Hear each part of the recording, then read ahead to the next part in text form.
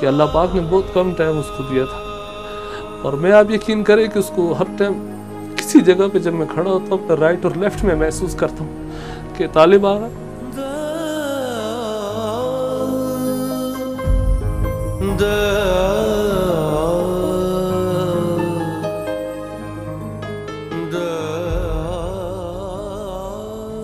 ہر وہ جگہ جہاں مجھے ضرورت پڑتی، آج میں تنہا ہوں کہ آپ یقین کریں میرا وہ ساتھی جو مجھے ہر طرح سے شیلٹر دیتا تھا، جو آج میری ہمت باندھنے والا کوئی نہیں ہے۔ آج ہم پروٹیسٹ کرتے، ہمیں وہ اسپرٹ نہیں ہے کہ ہم پروٹیسٹ کر سکیں، ہمارے لیے وہ بندہ نہیں ہے آج ہمیں وہ آواز دینے والی، ہمارے کان وہ صدا سننا چاہتے ہیں جو ہمیں یہ کہتے تھے کہ آگے آؤ، اس شہر کا مسئلہ ہے، ان لوگوں کا مسئلہ ہے، آپ ہر طرح سے آگے آؤ، آپ لوگوں کی ضرورت ہے مجھے۔ آج ہمارے پاس وہ آواز نہیں ہے، آپ یقین کریں، اور میں شاید اگر اس کی جگہ میں چلا جاتا تو میں سمجھتا میرے لیے بہت بڑی پراؤڈ کی بات ہے کہ طالب آغا رہ جاتا، میں اگر چلا جاتا، وہ مجھ سے بہتر انسانیت کی خدمت کر رہا تھا۔ عوامی خدمت کی راہوں میں چونکہ آغا طالب لوگوں کے اس قدر قریب رہتے تھے کہ لوگ انہیں اپنے آپ سے جدا تصور نہیں، اس لیے ایمرجنسی کے نمبر کی طرح آپ کا موبائل نمبر بھی ہر کسی کے نوکے زبان پر ہوتا تھا۔ فردن لوگوں پر شہادت کی خبر اس وقت ثابت ہوئی جب انہیں اپنے کال کے جواب میں آغا طالب کی خوبصورت، دلکش اور ہر دل عزیز آواز سنائی نہیں دی۔ چدای د دو برادر مطلب مالک پمن کې دای رنګ سلسله لوگوں کو یقین کامل تھا کہ جب وہ آغا طالب کے نمبر پر ڈائل کریں گے، سانسیں چل رہی ہوں تو حتماً دوسری طرف سے بلے جان کا فوراً جواب آ جاتا۔ مگر آج کی رات، وہ سیاہ رات، وہ آواز خاموش تھی جس سے برسوں لوگوں کی سماعتوں کو آشنائی تھی۔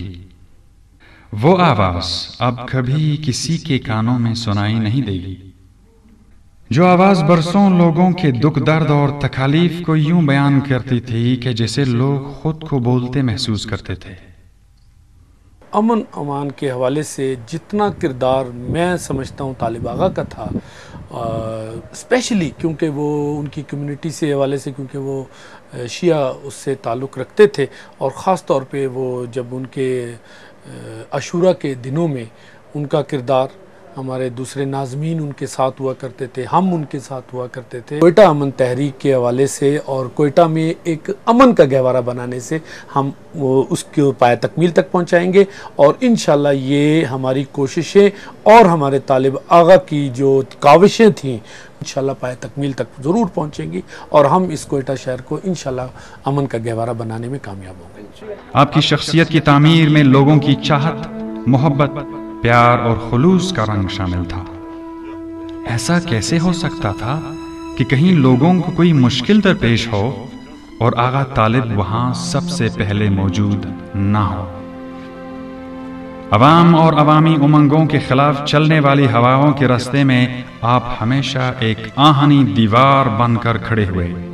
کسی بھی قوم، معاشرہ اور کسی بھی شہر میں سینکڑوں بلکہ ہزاروں ایسے لوگ ہوتے ہیں کہ جو عوامی خدمت سے وابستگی کے دعوے کرتے ہیں، مگر کتنوں کو عوام حقیقی معنوں میں اپنی نمائندگی کا اعزاز بخشتے نظر آتے ہیں۔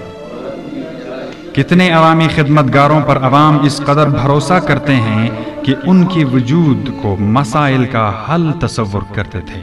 شہر میں گھس آئے خونخوار درندوں نے ایک ایسے عوامی نمائندے کی قبائے زندگی کو تار تار کر دیا تھا جو ہزاروں مداحوں کے دلوں کی دھڑکن بن چکے تھے۔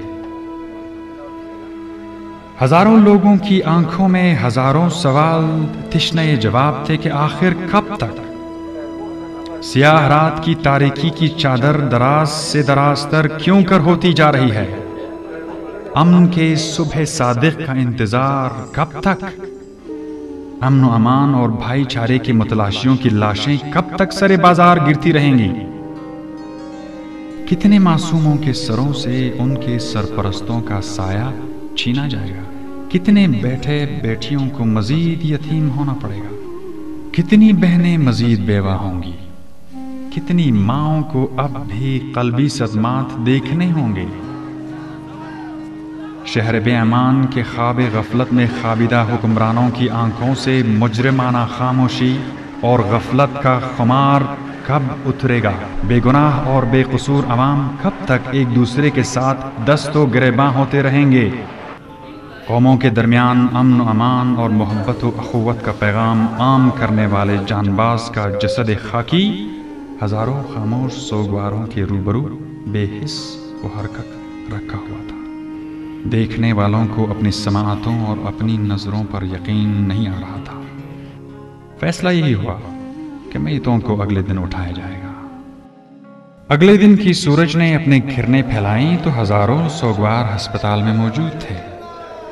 پورا شہر سنسان تھا۔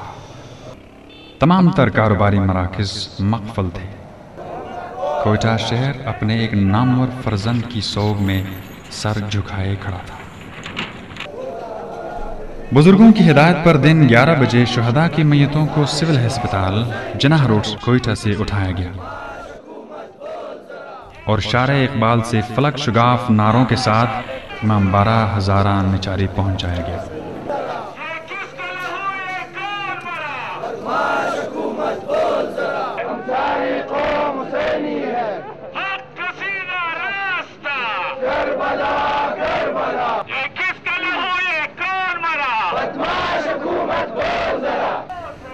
راستے میں جلوس بے پایاں حکومت وقت کی نااہلی، بزدلی، کم ہمتی اور عوام کو تحفظ فراہم نہ کر سکنے پر شدید احتجاج کرتا رہا۔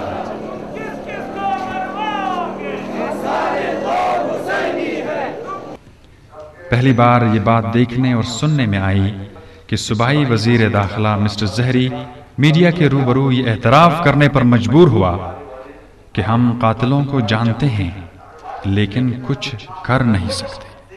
اور میں نہیں سمجھتا ہوں کہ حکومت کو پتہ نہیں، حکومت کو پتہ ہوگا اور حکومت کی یہ ذمہ داری ہے کہ وہ ان لوگوں کو منظر عام پہ لائیں۔ اگر وہ غیر ہیں یا اپنے ہیں ان کو کڑی سزا دی جائے تاکہ وہ عبرت کا نشان بنے اور آئندہ اس قسم کی جو ہے وہ واقعات رونما نہ ہو۔ رات جو انسیڈنٹ ہوا ہے وہ پیورلی سیکٹیرین ہے، اس میں تو کوئی ڈاؤٹ ہی نہیں ہے، ٹھیک ہے۔ اس کی پہلے ریکچی کی گئی ہے، وہ اس کو ٹارگٹ کیا گیا ہے، اس کے بعد انہوں نے آپریٹ کیا ہے۔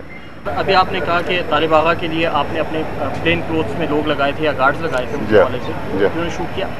آپ کی انٹیلیجنس فیلئر ہے یا پولیس کی ناکامی ہے کہ 12 گھنٹے کے اندر جہاں سیکورٹی ہائی الرٹ رات کو کہا گیا تھا، ہائی الرٹ کے درمیان ایک پرنسپل کو مارا جانا مین شہر کے اندر، پولیس کی نیگلیجنس نہیں؟ نیگلیجنس پہ کسی بات کی نہیں۔ آپ یہ دیکھیں اتنا بڑا شہر ہے، اتنے بڑے شہر آبادی میں ایک آدھ واردات ہو جانا کوئی مسئلہ نہیں ہے۔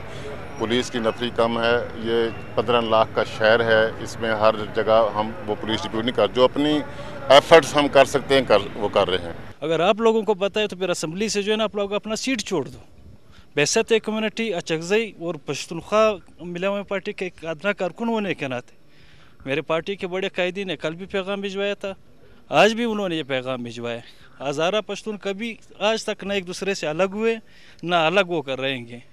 سید زادے کے خون ناحق کا یہ ایک معجزہ تھا کہ سچ لبوں پر آ ہی گیا۔